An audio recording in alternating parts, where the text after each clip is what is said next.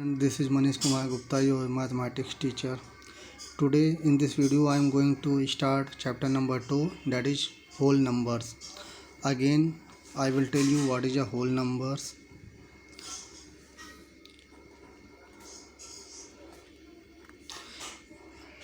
In the earlier videos I have told you each and everything related to the numbers. Whole numbers are the set of numbers starting from 0, 1, 2, 3, 4, 5 and 6 and so on. So when we include 0 to the set of natural numbers, this new group is called whole numbers. Today in this video we are going to discuss about the properties of whole numbers. Now read the property number 1, closure property for addition and multiplication. And sum of any two whole number is a whole number. What? Suppose that a plus b are whole numbers, then a plus b is also a whole number. This will apply also for the multiplication. Suppose that a into b are there, so ab is a whole number. This number will called whole number. This will also called whole number. So with this property we understood if a and b are two whole numbers, if we add them we will get the whole number again. If two numbers are there and those are whole numbers a and b, if we find the product, the product will also called whole numbers. So sum of whole numbers is a whole number and product of any two whole numbers is a whole number. I will take some example like 3 plus 5 is equal to 8. This is called whole number. And 3 into 5 is equal to 15. This is called also a whole number. So I finished the property 1. Now coming to the property number 2, commutative property for addition and multiplication.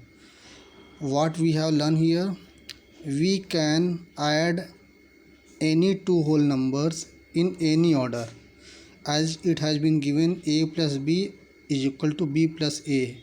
Means suppose that 3 plus 5 and 5 plus 3 we can add in any order. Next number 10 plus 20 and 20 plus 10, we will have the same answer. 20 plus 10 30, 20 plus 10 30. So we can change the order. This property is called commutative property for addition and multiplication. In the same manner we will also try here. For the multiplication we can multiply any two whole numbers in any order. For example 4 into 5 is equal to 5 into 4. The product will be same. Suppose that 3 into 6, 6 into 3. So what we have learned through this property, we understood that we can change the order to add or multiply the numbers for the whole numbers.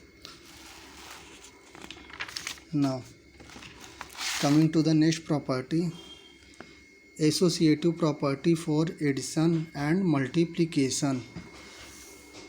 What does the meaning of this property? Adding 3 or more numbers. You can see I have taken 3 numbers. We arrange suitably and add. For example 4, 5, 6. Suppose that these 3 numbers has been given, we can group the number then add. In the same way 4 plus 5 plus 6. So we can have suitable arrangement for the numbers, then we can add. This property known as associative property for addition. And now I will try for the multiplication also. Example, if three numbers are given a into b into c, so we can have groups, suitable groups like 5 multiplied by 10 multiplied by 20. In the same manner, 5 into 10 multiplied by 20, so we can make a group. Again I will take some example. 2 into 3 into 10, 2 into 3 into 10. So we can have a suitable numbers and arrange them, then we can multiply. This comes under associative property for addition and multiplication. Now coming to the property number 4, distributivity of multiplication over addition. Suppose that we have three numbers a, b plus c. We can have the product, first multiply a into b and a into c, then we can add the number. For example, 2 into 3 plus 5. Okay, so it means first we multiply 2 by 3 added, again multiply 2 into 5, so 3 2 is 6, 2 5 is 10. After adding, answer is 16. Okay, you can also here understood 5 plus 3 it is 8, 8 2 is 16. Left hand side and right hand side are equal, so you understood this property. Coming to the next property, identity for addition and multiplication. What is identity? Means if we add 0 to any whole number, for example 5 plus 0, so the identity of 5 will not change.